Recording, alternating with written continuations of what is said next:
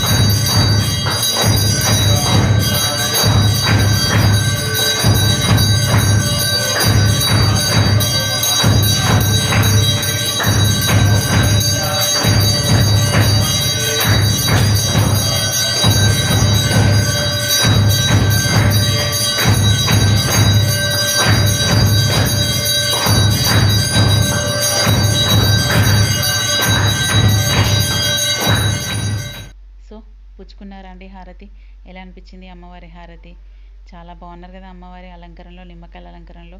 మీరు ఒకటి గమనించారా? అమ్మవారి ఫేస్ చాలా డిఫరెంట్గా ఉంది ఇవాళ. ఏంటి చెప్పుకొని చూద్దాం. అమ్మవారి బొట్టు అండి. మామూలు డేస్లో అయితే అమ్మవారి బొట్టు ఓవెల్ షేప్లో లాగా అనిపించేది. నేను సడన్గా ఇవాళే గమనించాను. ఇప్పుడు ఇవాళ అడ్డనామాల బొట్టులో చాలా బాగున్నారు అమ్మవారు.